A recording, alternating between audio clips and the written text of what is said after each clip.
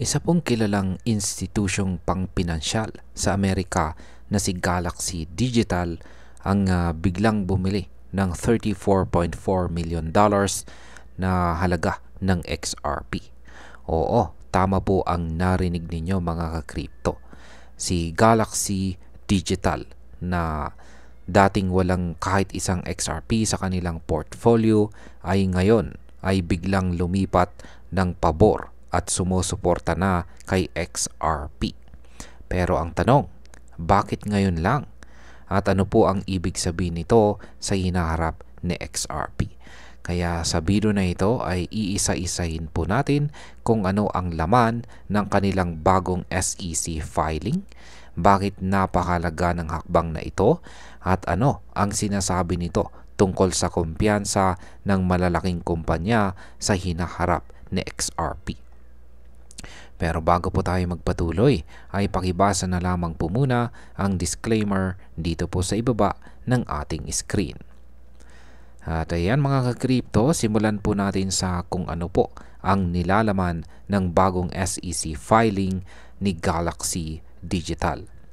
Ayon po sa bagong ulat na isinabmit ni Galaxy Digital sa US Securities and Exchange Commission nitong August 6, 2025 ay kinumpirma po nilang may hawak na silang $34.4 million worth ng XRP. Ito ay para sa financial quarter na nagtapos noong June 30. Dati-rati ay wala po silang kahit anong hawak na XRP. Pero ngayon ay napasama na ito sa kanilang opisyal na digital asset portfolio. Sa ngayon, habang ang presyo ng XRP ay nasa $2.93, ang kabuuang halaga ng kanilang hawak ay tinatayang nasa $45 million na. Ibig sabihin ay kumita na po agad si Galaxy sa kanilang pagpasok kay XRP. Ngayon ay bakit po napakahalaga ng pagbili ni Galaxy Digital ng XRP? Unang-una, si Galaxy Digital ay isa po sa pinakamalaking crypto-focused investment firms sa buong mundo. Ang bawat galaw po nila ay sinusubaybayan ng mga institutional investors at mga financial analyst. Kaya kung si Galaxy ay biglang bumili ng milyong-milyong halaga ng XRP, hindi ito basta-basta desisyon. Ibig sabihin, may nakikita po silang potensyal kay XRP na maaaring hindi pa nakikita ng iba. Isa pa, noong December 2024 ay wala talagang hawak na XRP si Galaxy. Pero ang mga kasama sa kanilang portfolio noon ay sina Bitcoin, Ethereum, USDC, Solana, Uniswap at saka Celestia. Ngayon napasama na po si XRP sa kanilang Elite lineup. Isa itong malinaw na pahiwatig ng pagbabago ng kanilang pananaw. Ngayon ay gaano naman po kalaki ang kabuuang crypto holdings ni Galaxy? Ayon po sa kanilang ulat, ang kabuuang digital assets na hawak ni Galaxy Digital ay umaabot po sa $3.56 billion. Mas mataas ito kumpara sa $2.93 billion noong December 2024. Ang pinakamalaki pa ring hawak nila ay si Bitcoin, kung saan ay nadagdagan ng 4,272 Bitcoin ang kanilang position ngayong second quarter ng taong 2025. Kaya mula po sa 13,704 na Bitcoin ay naging 17,102 Bitcoin na ito. Kung i-multiply po natin sa kasalukuyang presyo na nasa $114,167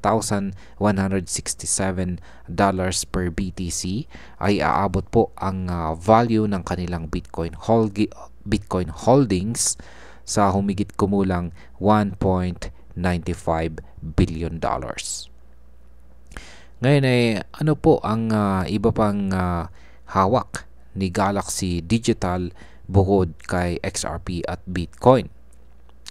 Yan, maliban po kay XRP at Bitcoin ay may hawak na rin si Galaxy na USDC at ito po ay nagkakahalaga naman ng $263 million. Ang Ethereum, ayan, ang kanilang Ethereum ay nasa $225 million at ang kanilang Solana ay nasa $170 million.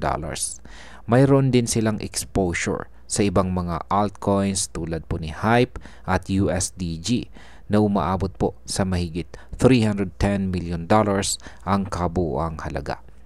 Makikita natin dito na pinapalawak ni Galaxy ang kanyang portfolio para hindi lang nakasentro sa iisang asset.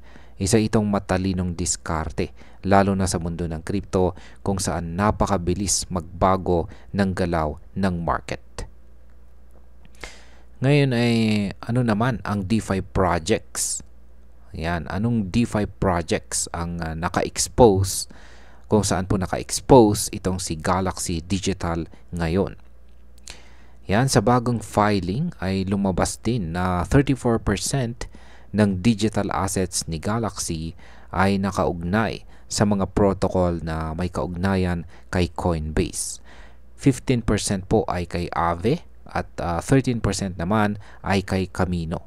Noong December 2024 ay mas malaki po ang porsyento kay MakerDAO or SkyDAO na nasa 41% habang si Coinbase ay 18% lamang noon. Makikita dito ang unti-unting paglipat ni Galaxy ng exposure patungo sa mas aktibong DeFi protocols. Isa itong sinyalis na mas pinapahalagahan po nila ngayon ang liquidity, yield generation at mas sustainable na technology sa decentralized finance. Ngayon ay kumusta naman ang performance ni Galaxy Digital nitong second quarter ng taong 2025? Ayan, napakalaking turnaround ang nangyari kay Galaxy ngayon pong second quarter. Mula po sa pagkatalo ng $295 million noong first quarter ay bigla silang kumita ng $30.7 million na net income nitong second quarter. Ayon po sa kanilang report, ang dahilan po ng kanilang pagbawi ay ang pagtaas ng kita sa kanilang treasury at corporate SIG segment na umabot ng $228 million. Nagkaroon din po sila ng $211 million adjusted EBITDA, yan, or EBITDA, at $71.4 million na digital asset gross profit na tumaas po ng 10% kumpara noong nakaraang quarter. Sabi nga ng kanilang founder at CEO na si Ginoong Mike Novogratz, ang buwan po ng July raw ang pinakamahusay nilang buwan sa lahat ng aspeto ng kanilang negosyo. At ayan, sa isang simpleng salita ay confidence. Ayan, kapag ang malalaking institution tulad po ni Galaxy Digital ay pumapasok kay XRP, ay malaking bagay ito para sa mga retail traders gaya natin. Ibig pong sabihin ay posibleng mas lumawak pa ang adoption at pagtaas ng presyo ng XRP sa mga susunod na buwan. Malamang ay masundan ito ng iba pang firms na dati ay umiwas kay XRP dahil sa kaso nito laban sa SEC. Pero ngayon na parang unti-unti nang bumabalik ang kumpiyansa sa kanya, ay mas marami pang pondo ang papasok kay XRP. Bilang mga Pinoy crypto enthusiast ay may pagkakaroon tayong mauna sa trend bago ito tuluyang sumabog pataas. At bilang panghuli, para sa akin ito po ay isang napakatalinong hakbang.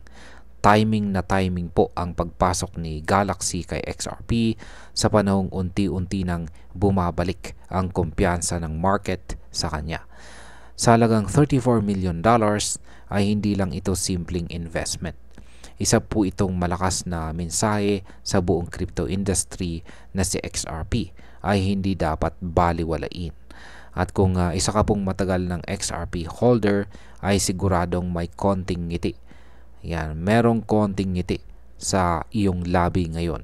Dahil kahit ang mga higante ay naniniwala na kay XRP.